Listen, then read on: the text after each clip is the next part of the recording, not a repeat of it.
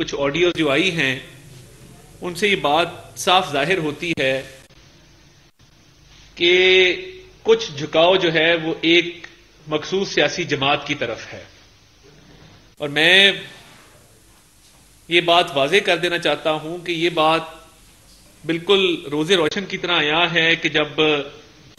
एक जज साहब के हवाले से एक ऑडियो आई, ऑडियो के बाद उनके खिलाफ एक रेफरेंस जो है वो दायर किया गया, वो रेफरेंस अभी तक समाअत के लिए मुकर्रर नहीं किया गया। और आज सुबह जो ऑडियो आई है उसमें जिस तरीके से ट्रक की बात हो रही है और मज़ाहिर अली अकबर नकवी साहब का नाम लिया जा रहा है, उनके लिए एक ट्रक तैयार खड़ा है। और ये ऑडियो फवाद चौधरी साहब और उनके भाई फैसल चौधरी, ये बिल्कुल वाज़ेह है कि ये किस चीज का ट्रक है।